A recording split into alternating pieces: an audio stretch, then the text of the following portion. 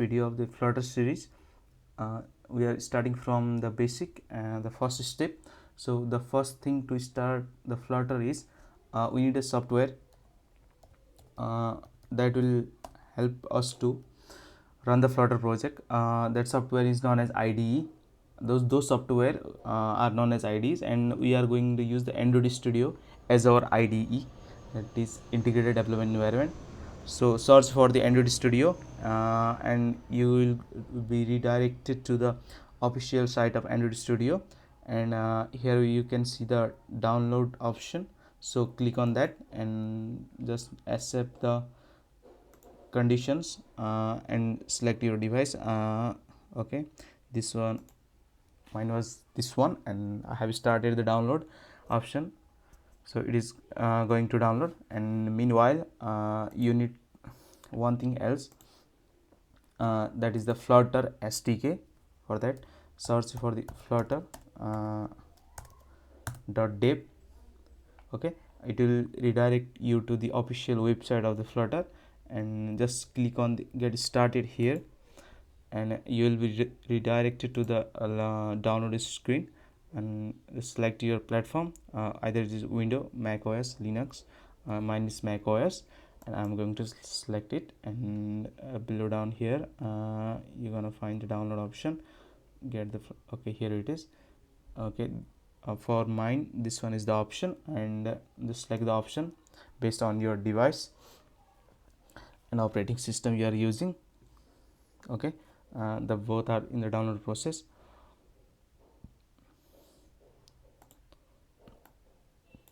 I have already downloaded the Android Studio and the Flutter macOS, so I'm going to pause them. You just continue the download, and after you download the Android Studio and Flutter, the Flutter SDK, just install the Flutter Android Studio, and you will be redirected to something this screen. And after your installation has been completed, click on the plugin section and search and click on the marketplace. There are installed and marketplace two tab. Just click on the marketplace and search for the Flutter. Okay, if it is not installed, click here and install it. After that, you need a second plugin, that is the Dart plugin, and click on install here, and it will be installed. And after that, I think you need to restart your IDE. So just restart, and you will be again redirected to the same screen here. And after that, you'll see a new option here, the new Flutter project. Just click on here, and after that there is a Flutter and Dart. So click on the Flutter first, and it is asking for the Flutter SDK path.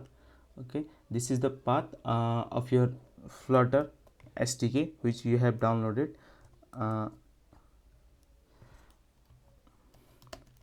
Just I am going just redirect to this path. Here it is in my system. The path, give the path of the Flutter here, and go inside the bin and the cache, and Dart SDK and bin. We need this path for the Dart part. So just cancel it here, and after the Flutter SDK path is given, click on the Dart, and you need to give this path, this actual path, which is inside the Flutter folder itself. Go to Flutter, and and then the bin and cache, and inside there you'll find the Dart SDK, and click on the bin section and just click on OK. There, this will give the path of Dart SDK. Make sure you have the both Flutter SDK path and Dart SDK path both okay, and after that you are okay to create the first Flutter project, and click on next. Okay, this is the main screen where we're gonna give some information about our project, and this is the crucial and important part of the project. So this is the first one is the project name. Okay, so this my Flutter first. Let me give this name. Remember, I am using the snake case for giving the project name. This is the standard practice, so try to attach with it and it will be more helpful. And there is the Flutter location. It will automatically a folder will be created at this location when you give the project name. And this is the description about the project. My first Flutter project. Okay, the project type must be the application, which is by default. And come to the organization. This is the main part. The organization is the it is the actual it is the domain name, and given in the reverse order, because we have chosen this way to give the domain name in reverse, because we have to make our app unique. So to make our app unique, we need something that is also unique to our organization. So for our organization, the unique thing is its domain name. So what we do, we give the domain name in the reverse order. Let me give the domain name of my organization, which is this, and we give it in the reverse order, and the project name will be automatically attached to it, and it will make our project as a it will give a unique name to our project. So our project will be identified in the Play Store. Okay, and there are the languages: Android language and Kotlin languages. Sometimes we have to go to the native feature. We have to implement something, do some configuration or give some permission in the Android related code, Android related part. So for that, it is asking which language we are preferred, or which language is better, which language is suitable for us, either Java or Kotlin. So by default, Kotlin is selected for Android, and for iOS, Swift is selected. But you can select the Objective C for iOS and Java for Android. It totally depends upon your choice, but it is recommended to go for the Kotlin in the Android part and Swift for the iOS part. And by default, these are the platform for which we are going to create our app. At least be sure that you select the Android and iOS. Okay, Linux, macOS, you can select or deselect them. If you are going to planning to prepare for the app for the all platform, you can select or you can deselect. That's totally depend on your choice. Or you can stick to that by default setting, and that's it. No need to tick on here. This is for the offline project. If you want to run your project offline, and there will be some extra files to be downloaded. If not, then you just leave it and just create your first project. Okay, it's gonna take some time, so hold on. It is running. Okay, the first project has been created, and I'm going to select the emulator. You will have this screen here. From here, you can select your device for where you are going to run your app.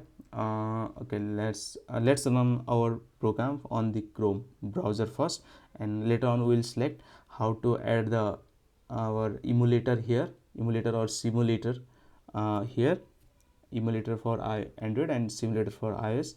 These are the terms that are used. And we can also run this program in our mobile device directly, and the mobile device will be shown here. We'll configure the mobile device later on, but for now we can just run our project on the Chrome directly on the browser or any other browser available here. I'm going to select the Chrome, and I'm going to click on this green button. This is the run button. Once you click here, this red button will be activated. This is for the stop. Once you click on the stop, again the green button is activated. So at a time the one button is activated. Okay, when you click on the run, let's see our project is running. Yeah, here it is, our first Flutter project. Okay, nice. We did a great job. We created our first Flutter project. Let's revive. What did we do? We downloaded the Android Studio, the IDE for Flutter development, and we downloaded the Flutter SDK software development kit by going to Flutter .dev website and clicking on get started. And here we select our operating system, macOS or Windows, and there we click on the download, and then we go to install the two plugins, namely Flutter and Dart. Flutter is installed, and then we install the Dart plugin. After that, we go to project section here, and we click on the new Flutter project, and we make sure that our Flutter SDK and Dart SDK are